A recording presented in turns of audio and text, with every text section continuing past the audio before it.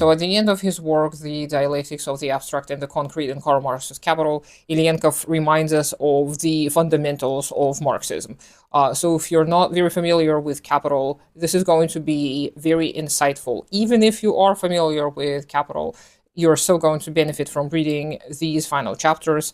Ilyenkov showcases how Marx used the dialectical method to arrive at the ultimate conceptualizations of value, of where money plays its role as a solution to the ultimate contradiction of use value and exchange value in the process of exchange. And this is how he is able to arrive at surplus value.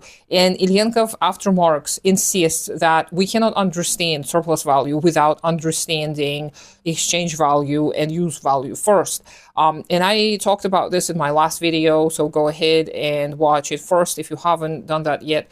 And of course, in Capital, the entire Capital is dedicated to this reconstruction of that journey that actually took place in material reality, because simple commodity exchange existed for a long, long time. Trade existed for a long, long time, but in this process existed this contradiction that was not overcome by the creation of the universal equivalent, which is money. It persisted, this contradiction of how the object cannot be the use value and the exchange value all in itself for the person who is trying to exchange this object, which again, I talked in detail in my last video, but it has to be, this one object has to embody both of these values. This ultimately is not resolved by money, and later on it becomes the culprit for the creation of the surplus value, because in the process of production, this is where the value is created. It is not created during the exchange. And this is a fundamental error that a lot of the economists in Marx's time, and still to this day, bourgeois economists make the same mistake, where they think that the exchange value creates this extra value. It creates this bump in the price. This is why things get more expensive, because somebody is able to convince us to pay more. And that's just not the case. It is always the production itself that drives value, and usually drives the value down. Everything becomes easier to produce. Everything can be produced very efficiently using automation, but it is not. And it is not going to happen under capitalist production, because the ultimate goal of the capitalist is to create more surplus value, more and more and more. This is the law of capitalism, of the self-increasing value. But value can only be created by labor. And this is where a lot of Marx's critics saw his ultimate flaw and the contradiction that Ilyenkov points out that is not an actual contradiction. That in the first volume of Capital, Marx asserts that value is only created by labor, and therefore only the part of capital that pays wages is producing surplus value. But then in the third volume of Capital, Marx actually reasserts that all parts of the applied capital end up ultimately creating surplus value. But this is not a contradiction, because Marx observed the entire unfolding of the process of production. He wasn't just looking at one part or the other. He did necessarily abstract some of the parts when he was looking at this initial building block, this initial cell, so to speak, of capitalism, which is value. And then as he continued on that journey, historically and logically, he observed how money ultimately appeared, and then how surplus value was able to be extracted from all kinds of labor.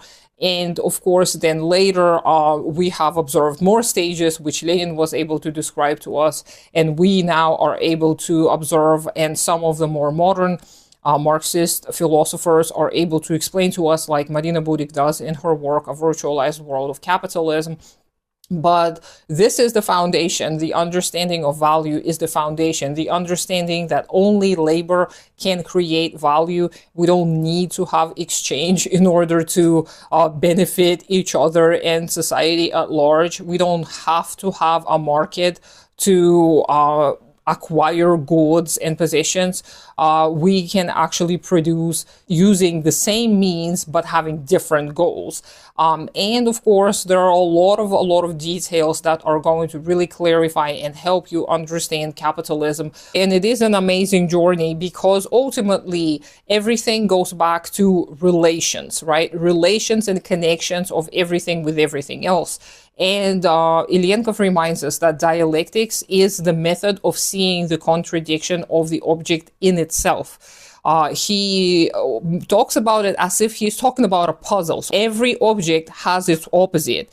And it is not the opposition on the outside that we are supposed to be observing. It is what kind of a driving force within one object is going to attract this object to another object, kind of like in physics, right? Or in chemistry. But then we will see that not only do these two objects attract, they also push away. So this push and pull relationship is the contradiction that is happening not only on the outside, but also on the inside of the object itself. So studying the rules of this process, of the process of being pushed and pulled, is the process of looking at the world more concretely.